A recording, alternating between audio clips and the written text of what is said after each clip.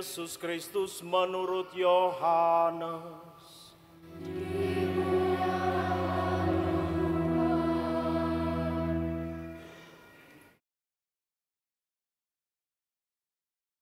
Pada suatu hari Yesus bersabda, "Akulah gembala yang baik.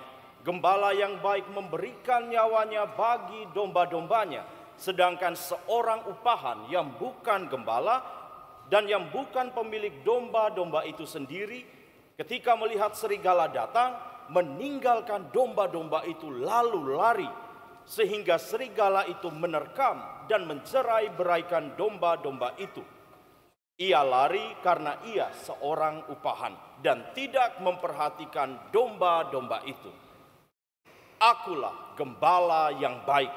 Aku mengenal domba-dombaku dan domba-dombaku mengenal aku. Sama seperti Bapa mengenal aku dan aku mengenal Bapa, dan aku memberikan nyawaku bagi domba-dombaku. Tetapi aku juga punya domba-domba lain yang bukan dari kandang ini. Domba-domba itu harus aku tuntun juga. Mereka akan mendengarkan suaraku dan mereka akan menjadi satu kawanan dengan satu gembala. Bapa mengasihi aku, oleh karena aku memberikan nyawaku agar aku menerimanya kembali.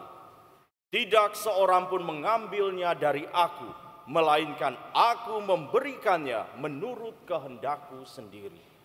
Aku berkuasa memberikannya dan berkuasa mengambilnya kembali. Inilah perintah yang aku terima dari Bapa." Demikianlah Injil Tuhan.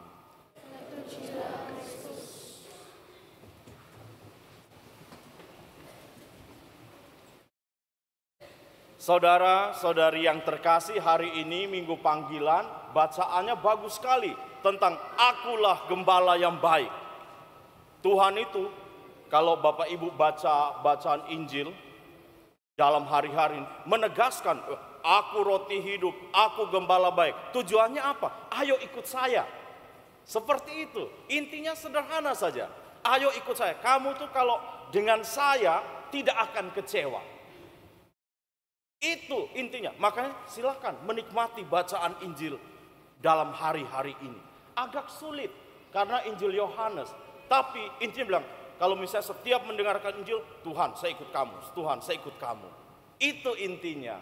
Meyakinkan kita bahwa kita benar-benar dipanggil.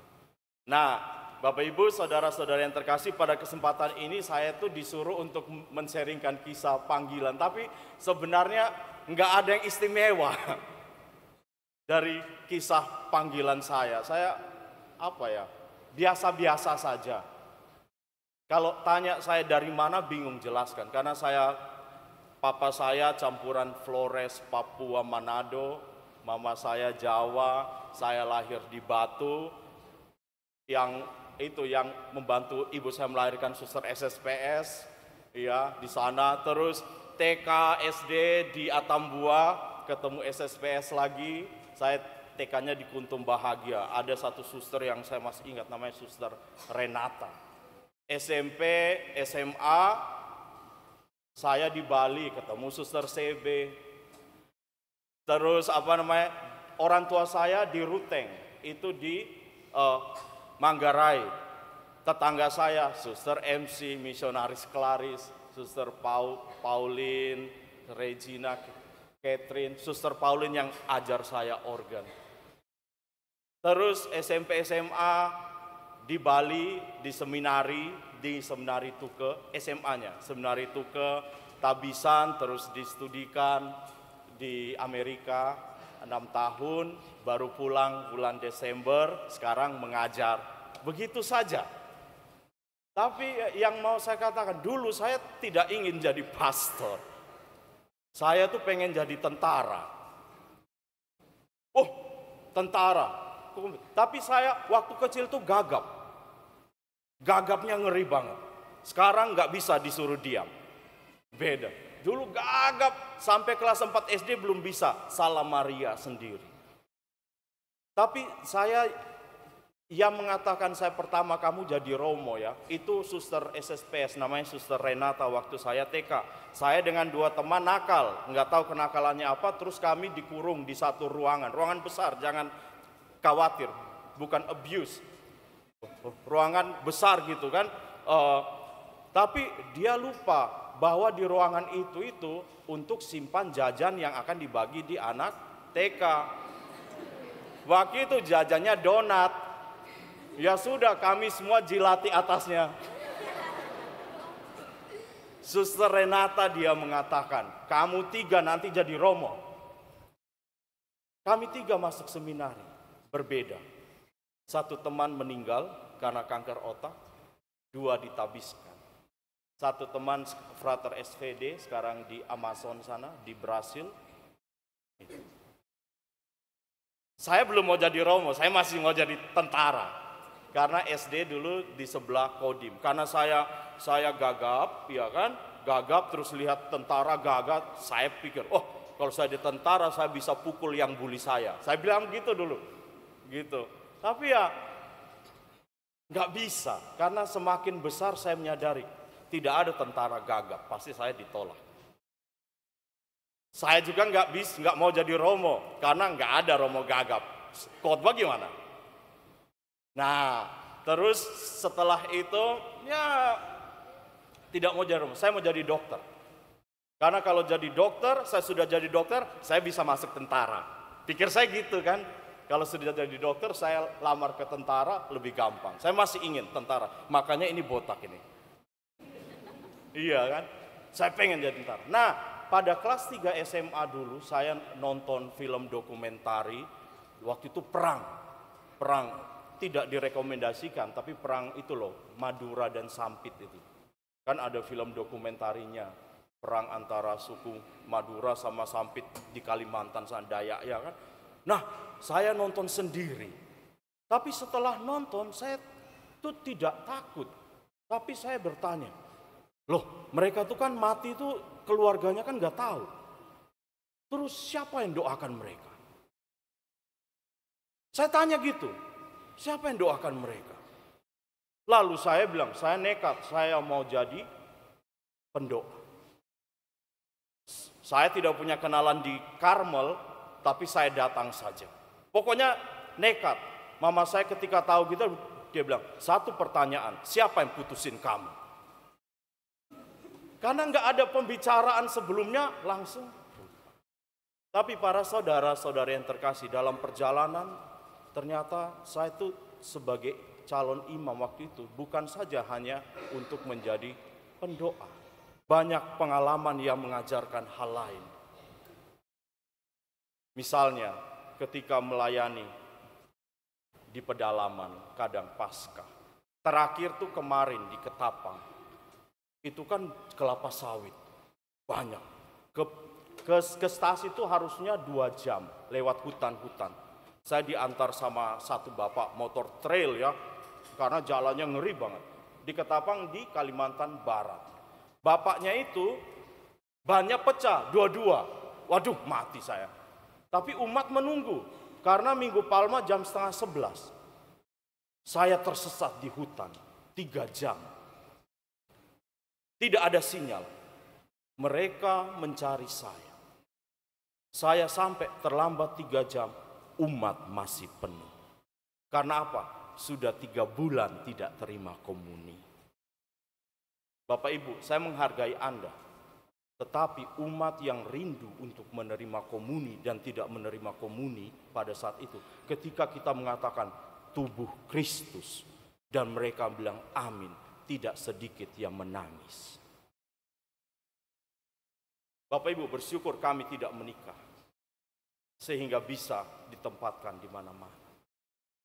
Maka itu imam, suster sangat sedikit sekarang. Berdoa bagi mereka. Doakan anak-anak Anda. Doakan, jangan doakan gini, oh Tuhan berikanlah banyak panggilan, tapi jangan panggil anak saya, anak tetangga saja boleh. Ini lihat seminaris, mereka anaknya orang. Penerus bapak ibunya. Doakan mereka, dukung mereka, beri sumbangan ke mereka. Karena itulah kita sebagai satu gereja yang utuh. Para saudara, saya ganggu orang tua saya. Saya bilang, kalian tuh harus beri saya uang. Orang kalau minta romo intens itu 20.000, 30.000, 40.000 loh. Saya doakan kalian tuh 5 kali sehari loh. Bahkan dalam misa saya menyebut nama orang tua saya. Kalau Anda mau nama Anda disebut dalam doa tiap hari, dalam misa, anaknya jadi romo, cucunya jadi romo. Benar? Suster, mereka doa tuh 7 kali sampai 11 kali sehari ya, suster ya. Doanya sering. Kalau saya tanya, Anda ingin memberikan yang terbaik untuk anak-anak Anda? Pasti kan? Jawabnya iya kan? Memberikan yang terbaik. Saya tanya anak seminari Garum nih, seminaris. Di seminari pendidikannya baik? Suster, di biara makanannya baik? Kurang apa? Kirim anak ke biara, pendidikan baik, makan baik. Terbaik. Jadi, Bapak, Ibu, Saudara-saudari, tolong kirimkan anak Anda. Ini loh, semoga tak tandai muka-mukanya ini. Ayo, jadi romo. Jadi romo tidak bisa memperkaya keluarga. Jadi suster tidak bisa memperkaya keluarga. Tapi orang tua kalau protes, kalau ngeluh, marah-marah, curhat, enakannya di romo, enakannya di suster. Makanya saya kalau ibu saya mulai bicara kejelekan bapak saya ajak, salam Maria pemurah. Jadi romo, frater, seminaris, ayo kuat.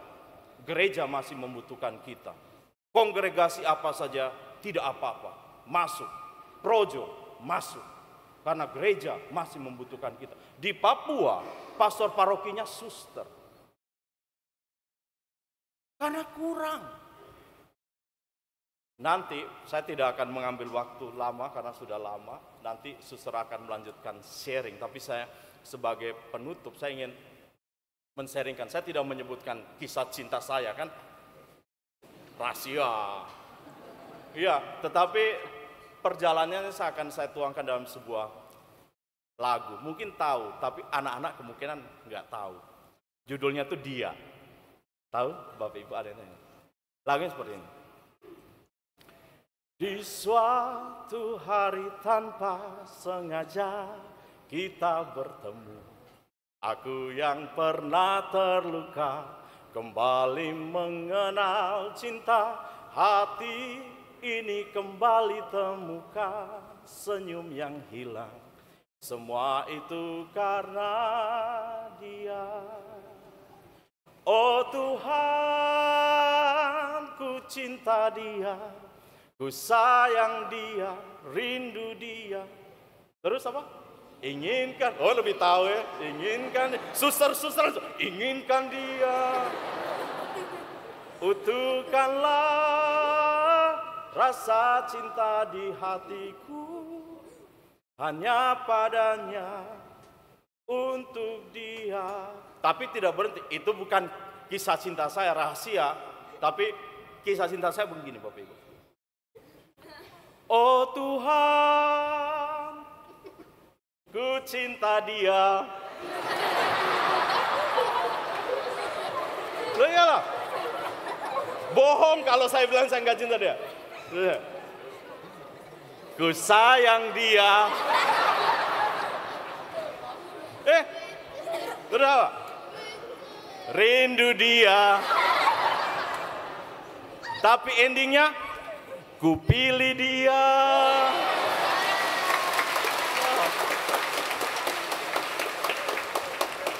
Bait kedua. Jauh waktu berjalan kita lalui bersama.